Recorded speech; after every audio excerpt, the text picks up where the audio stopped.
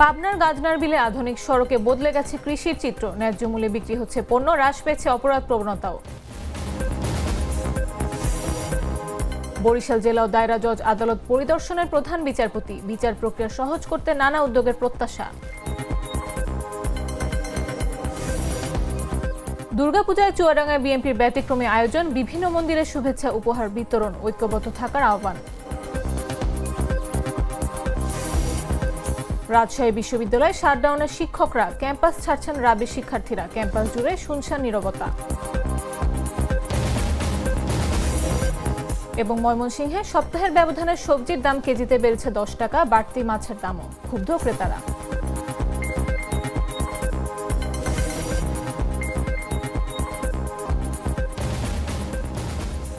দেশ জুড়ে সংবাদে সবাইকে আমন্ত্রণ।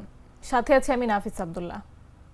এটা একাকার হয়ে ওঠা প্রাণ লেয়ার সম্পর্কের মিষ্টি ম্যাজিক। পাবনার সুজানগর উপজেলার গাজনার বিল এলাকায় আধুনিক সড়ক নির্মাণ বদলে দিয়েছে কৃষি ও জনজীবনের চিত্র। আগে যেখানে কৃষকরা পেঁয়াজ সহ উৎপাদিত ফসল বাজারজাত করতে ভোগান্তিতে পড়তেন, এখন নতুন সড়ক খোলার পর কমেছে পরিবহন খরচ, ন্যায্য মূল্যে বিক্রির সুযোগ বেড়েছে এবং শিক্ষা ও সামাজিক উন্নয়নেও এসেছে ইতিবাচক পরিবর্তন। জেলা প্রতিনিধি আলমগীর হোসেনের পাঠানো তথ্যচিত্রে বিস্তারিত জাগো ডেস্ক রিপোর্টে।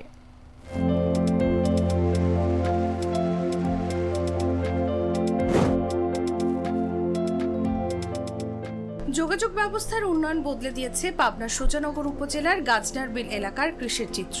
একসময় দুর্গম এই অঞ্চলের 10 গ্রামের কৃষকদের উৎপাদিত পেঁয়াজ ও অন্যান্য ফসল বাজারজাত করতে নিত্য ভোগান্তি পোহাতে হতো। এখন আধুনিক সড়ক নির্মাণে সেই চিত্র পাল্টে গেছে। পেঁয়াজের রাজধানী হিসেবে খ্যাত গাজনার বিলেই জেলার 75% পেঁয়াজ উৎপাদিত হয়। বর্ষায় বিল জুড়ে মেলে মাছ ও ধান, আর শুষ্ক মৌসুমে জমি ভরে ওঠে পেঁয়াজ ও অন্যান্য অর্থকরী ফসলে। আগে সংকীর্ণ ও ভাঙাচোরা সড়কের কৃষিপণ্য পরিবহন ব্যয় বেড়ে যাওয়ায় কৃষকরা ন্যায্য মূল্য থেকে বঞ্চিত হতেন। কিন্তু স্থানীয় সরকার প্রকৌশল অধিদপ্তরের উদ্যোগে 10 কোটি টাকা ব্যয়ে নির্মিত 18 ফুট প্রশস্ত 5 কিলোমিটার দীর্ঘ সড়ক খোলার পর চিত্র বদলে গেছে। বর্তমান খুব ভালো। এখন ক্ষেত থেকেই পাইকাররা ট্রাকে ফসল কিনে নিয়ে যাচ্ছেন। স্থানীয় বাজারগুলোতে নিয়মিত বসছে হাট, ফলে পরিবহন খরচ 15 থেকে 20% পর্যন্ত কমেছে। কৃষকরা বলছেন, আগে 2 মণ ফসল বাজারে নিতে 35 টাকা পর্যন্ত খরচ হতো, যা এখন সর্বোচ্চ 20 টাকায় নেওয়া যাচ্ছে। আলহামদুলিল্লাহ, সবকিছু মিলে এই রোড হওয়ার কারণে আমাদের যোগাযোগ ব্যবস্থার উন্নতি হয়েছে এবং এলাকার মানুষেরও উন্নয়ন হচ্ছে। স্থানীয় সরকার প্রকৌশল অধিদপ্তরের নির্বাহী প্রকৌশলী মনিরুল ইসলাম জানান, পূর্বে কখনো রাস্তাঘাট না থাকার জন্য এই কৃষি পণ্যগুলো প্রপারলি বাজারজাত করা সম্ভব হতো না। তা আমরা এটা মাথায় নিয়েছি যে এই রাস্তাটা যদি আমরা করতে পারি, তাহলে এখানে যে বিপুল আকারে কৃষি পণ্য উৎপাদন হয়, এখানে কৃষকরা প্রপারলি দামগুলো পাবে। কারণ কমিউনিকেশন গ্যাপটা ছিল, কারণ আগে রাস্তাটা ছিল 10 ফিট বা 10 ফিটের চেয়েও ন্যারো ছিল, আর এখন সেই রাস্তাটা প্রায় হাইওয়েটায় 24 ফিট হয়ে গেছে শোল্ডার সহ। কৃষি, শিক্ষা ও সামাজিক উন্নয়নের এই ইতিবাচক পরিবর্তন প্রমাণ করছে একটি আধুনিক সড়ক গোটা জনপদের চিত্রই পাল্টে দিতে পারে। নিউজ ডেস্ক, জাগো নিউজ। বরিশালে জেলা ও দায়রা জজ আদালত পরিদর্শন করেছেন প্রধান বিচারপতি ডক্টর সৈয়দ রেফাত আহমেদ। এ সময় তার সঙ্গে জাতিসংঘ উন্নয়ন কর্মসূচি বা UNDPর 7 সদস্যের প্রতিনিধি দল উপস্থিত ছিলেন। বৃহস্পতিবার সকাল 9টায় তিনি আদালতে পৌঁছান। পরে প্রধান বিচারপতি আদালতের ন্যায়কুঞ্জ, লিগ্যাল এইড কার্যক্রম সহ বিভিন্ন শাখা ঘুরে দেখেন। পরিদর্শন শেষে আদালতের সার্বিক কার্যক্রমের সন্তোষ প্রকাশ করেন তিনি। UNDP প্রতিনিধি দল জানায়, দেশের গরিব ও অসহায় মানুষের বিচার প্রক্রিয়া আরও সহজতর করতে তারা বিভিন্ন উদ্যোগ গ্রহণ করেছে। পরে প্রধান বিচারপতি বেলা 11টায় নগরীর গ্র্যান্ড পার্ক হোটেলে অনুষ্ঠিত জুডিশিয়াল ইন্ডিপেন্ডেন্সি অ্যান্ড এফিসিয়েন্সি শীর্ষক সেমিনারে যোগ দেন।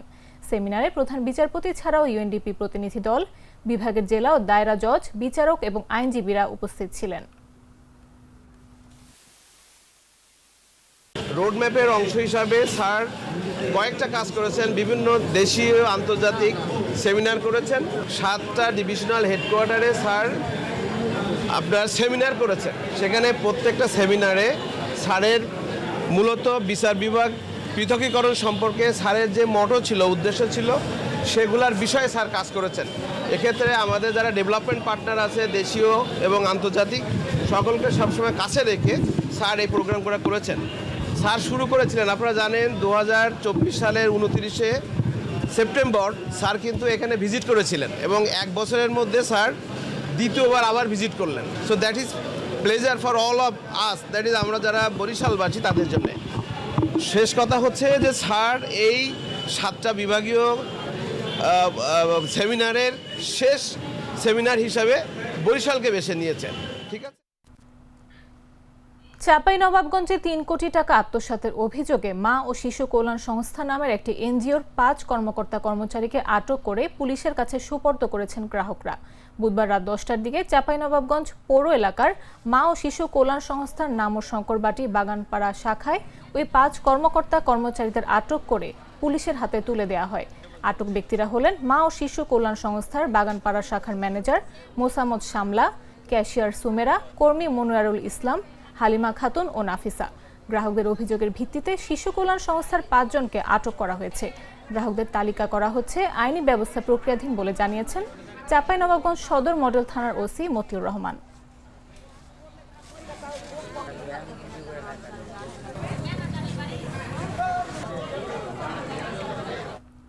শারদীয় দুর্গাপূজা উপলক্ষে চুয়াডাঙ্গার বিভিন্ন মন্দিরে শুভেচ্ছা উপহার বিতরণ করেছে জেলা বিএনপি। বুধবার বিকেলে জেলা বিএনপি কার্যালয়ে আয়োজিত অনুষ্ঠানে দলের ভারপ্রাপ্ত চেয়ারম্যান তারেক রহমানের পাঠানো নগদ অর্থ ও উপহার মন্দির পরিচালনা কমিটির নেতৃবৃন্দের হাতে তুলে দেন অতিথিরা। এ সময় অনুষ্ঠানের প্রধান অতিথি জেলা বিএনপির সাধারণ সম্পাদক শরীফুজ্জামান শরীফ সম্প্রীতি ও দেশপ্রেমের প্রতীক হিসেবে প্রতিটি মন্দির কমিটির প্রতিনিধিদের গলায় জাতীয় পতাকা পরিয়ে দেন।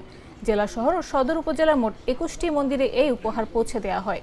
পর্যায়ক্রমে জেলার বাকি মন্দিরগুলোতেও এই উপহার পৌঁছে দেবে দলটি। অনুষ্ঠানে প্রধান অতিথির বক্তব্যে শরীফুজ্জামান শরীফ বলেন, দুর্গাপূজা কেবল একটি ধর্মীয় উৎসব নয়, এটি বাংলাদেশের সংস্কৃতির এক গুরুত্বপূর্ণ অংশ।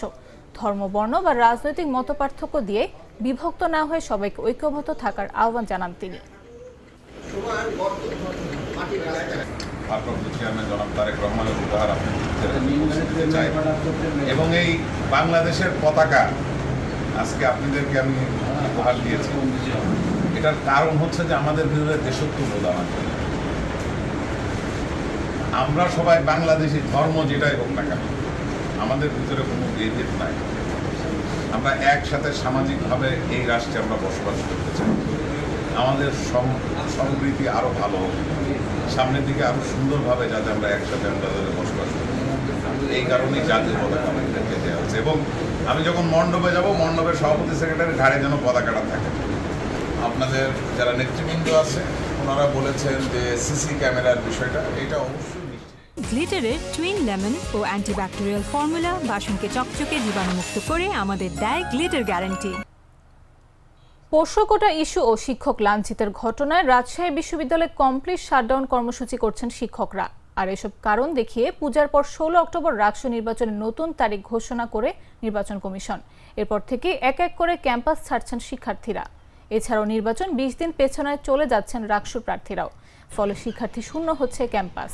শাটডাউন কর্মসূচির ফলে বন্ধ আছে সকল বিভাগে ক্লাস, পরীক্ষা এবং প্রশাসনিক কার্যক্রম। প্রশাসনিক ভবনের সামনে ও বুদ্ধিজীবী চত্বরে বসে সময় কাটাচ্ছেন কর্মবিরতিতে অংশগ্রহণকারীরা। বিভিন্ন ভবনে তালা খোলা হয়নি। খাবারের দোকানগুলোতেও আসন ফাঁকা।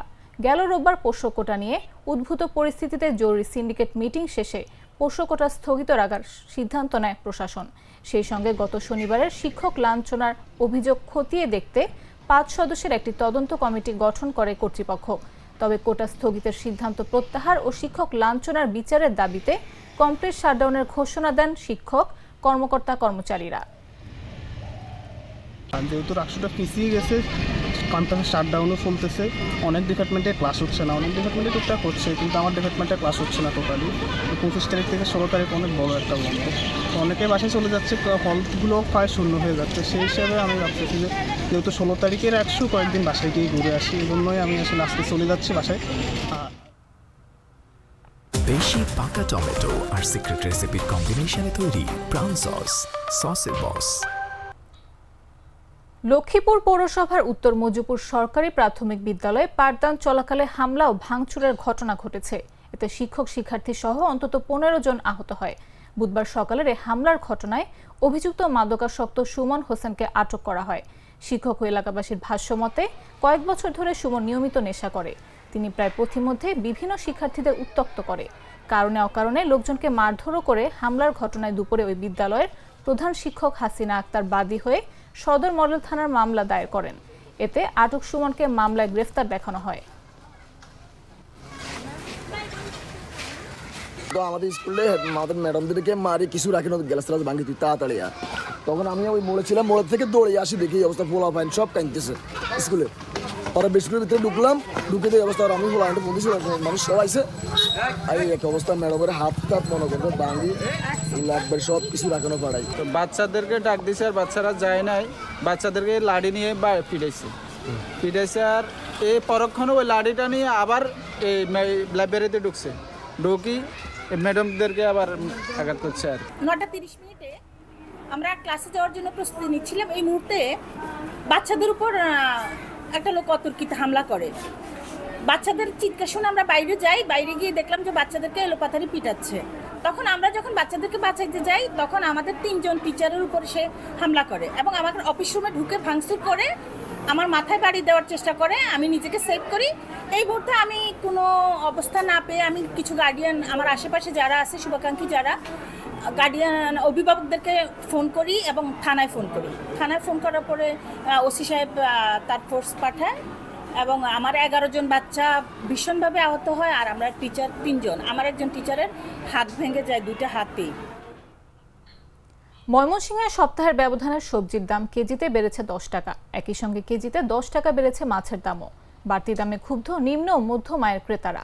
বৃহস্পতিবার সকালে শহরের ঐতিহ্যবাহী মেসুয়া বাজার ঘুরে এই তথ্য জানা যায়। ক্রেতাদের দাবি, প্রায় সব ধরনের সবজির দামই বেড়েছে।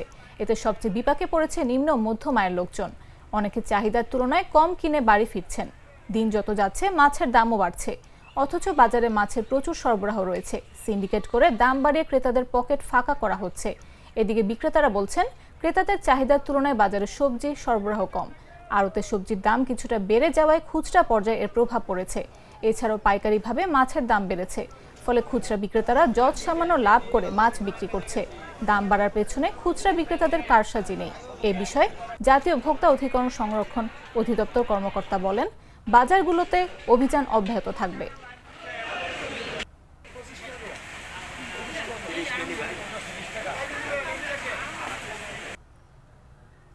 সংবাদ শেষ করার আগে শিরোনামগুলো জানিয়ে দিচ্ছি আরো একবার।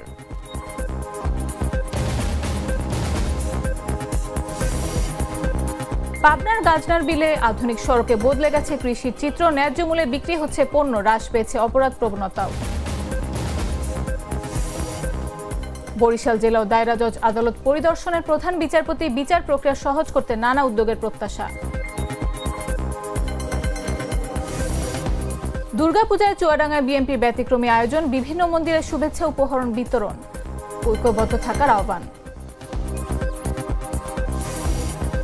রাজশাহী বিশ্ববিদ্যালয়ে শাটডাউনের শিক্ষকরা, ক্যাম্পাস ছাড়ছেন রাবি শিক্ষার্থীরা, ক্যাম্পাস জুড়ে শুনশান নীরবতা।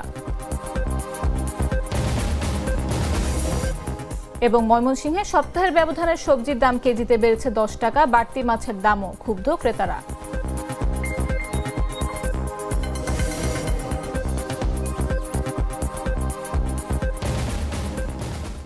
দর্শক, এই ছিল এখনকার মতো। প্রতি মুহূর্তে সর্বশেষ খবর পেতে ভিজিট করুন jagonews24.com, ফলো করুন আমাদের ভেরিফাইড ফেসবুক পেজ এবং সাবস্ক্রাইব করুন জাগো নিউজের ইউটিউব চ্যানেল। এতক্ষণ সাথে থাকার জন্য ধন্যবাদ সবাইকে।